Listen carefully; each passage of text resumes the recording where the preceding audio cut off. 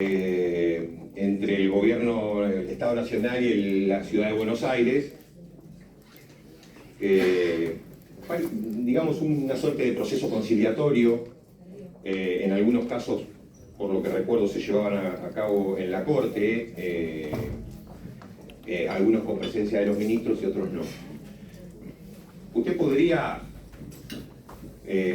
resumirnos también, sintetizarnos las propuestas que hizo el Estado Nacional en el proceso conciliatorio en estas audiencias y eventualmente las razones por las cuales no hubo acuerdos, los rechazaron? ¿Cómo no? Le contesto lo que recuerdo porque pasó hace un tiempo, ¿no? Hubo, en el año 2021, la Corte Suprema invita a las partes a una conciliación, a un proceso como de diálogo con la finalidad de ver si era factible llegar a un acuerdo en esta diferencia. Esa invitación, esa decisión de la Corte en el año 2021 estableció que era a nivel de la Secretaría de Juicios Originarios que se llevaría a cabo este proceso, así que fuimos convocados por el Secretario de Juicios Originarios a algunas reuniones en las que intervinieron los abogados del Estado Nacional, que creo que esos momentos eran los representantes del Ministerio de Economía. Si la memoria no me traiciona, era el doctor Acevedo, el doctor Llamone, y no me acuerdo ahora el nombre del tercer abogado, y concurrimos por el gobierno de la Ciudad de Buenos Aires, en mi caso como procurador, con más el ministro de Hacienda, con más en ese momento también el ministro de Justicia y Seguridad, que eran las dos áreas que estaban afectadas. Así que allí no pudimos avanzar en encontrar un camino para una solución. Y el problema que se planteaba era que el Estado Nacional decía, si tenemos que dialogar, lo tenemos que hacer en los términos previstos en la ley 27.606, que hablaba de un diálogo. Nosotros entendíamos, y por eso cuestionamos la ley, que ese diálogo no era un diálogo sincero, que esa ley en el fondo era una ficción, que afectaba a la ciudad, entonces obviamente no aceptábamos que el diálogo fuese en esa ley. Así que en esta diferencia, eso fue lo que impidió prosperar, avanzar en esa instancia. Al año siguiente, la Corte Suprema de Justicia vuelve a invitar a un diálogo y en este caso convoca una audiencia. En este caso la resolución señala que son los ministros del tribunal quienes atenderán la audiencia y allí fue la Corte la que decidió otorgar un plazo a las partes de 30 días para intentar acordar una solución, advirtiendo a ese momento que en caso de no arribarse una solución en esos 30 días, la Corte estaba obligada a resolver sobre el pedido cautelar que nosotros habíamos planteado. Así que este diálogo durante 30 días, que se prolongó unos días más, creo que fueron más o menos 6 reuniones que tuvimos, todas reuniones de un muy buen diálogo, con un ámbito, digamos, muy cordial, muy positivo, digamos, por ambas partes. Los temas que se plantearon, dijimos al principio, bueno, acá tenemos 3 temas a tratar. Obviamente uno es ver si nos ponemos de acuerdo en el monto, ver si nos ponemos de acuerdo en una pauta de actualización de ese monto y finalmente en algún mecanismo automático de liquidación y de pago. Pero finalmente después de las reuniones no fue factible llegar a un acuerdo en ninguno de estos 3 temas y bueno, obviamente entonces luego de ello notificamos a la Corte que vencido el plazo no había habido acuerdo entre las partes.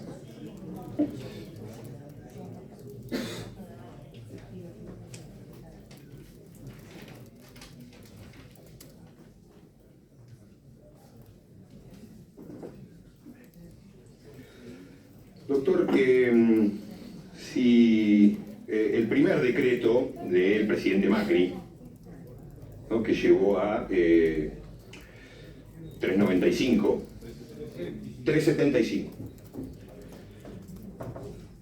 el fundamento de ese decreto era el aumento de porcentaje de coparticipación. Luego el segundo decreto es el que empieza a hablar de traspasos de la competencia, de asignar ese monto en concepto por el traspaso de las competencias. ¿Cómo se puede explicar, digamos, estas dos contradicciones? Mejor dicho, una contradicción que tiene este actuar del gobierno de la ciudad. ¿O por ahí usted considera que no hay tal contradicción?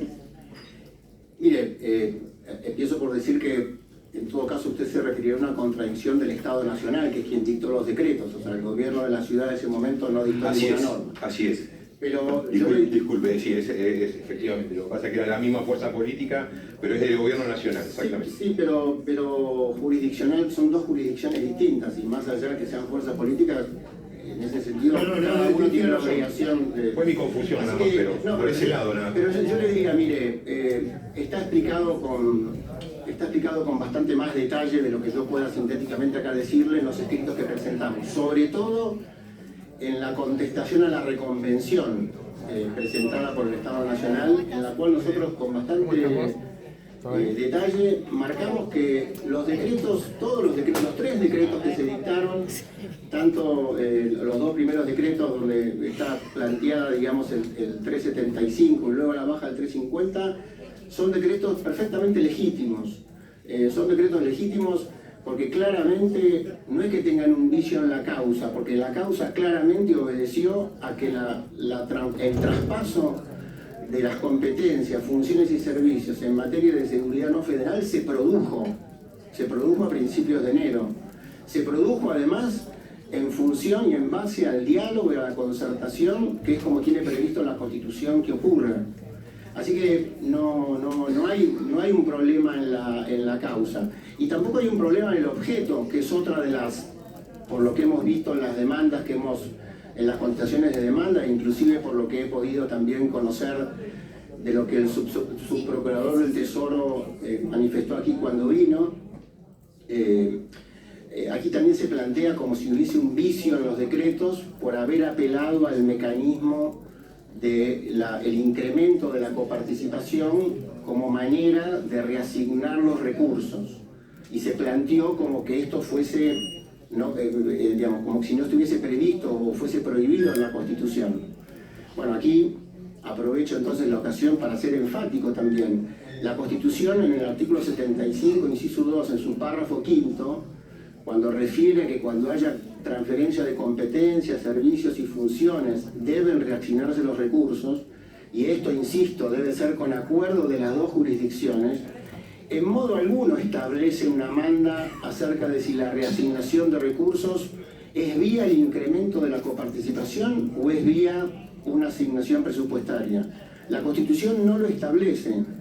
Así que el entendimiento claro es que queda sujeto a una cuestión de apreciación de oportunidad, de mérito y conveniencia, del acuerdo entre las 2 jurisdicciones, en este caso el Estado Nacional y el Gobierno de la Ciudad de Buenos Aires, acordar y definir cuál es el mecanismo que corresponde. Pero insisto en esto porque se intentó señalar que hay una ilegalidad en haber apelado al mecanismo del incremento de la coparticipación cuando esto claramente no es así.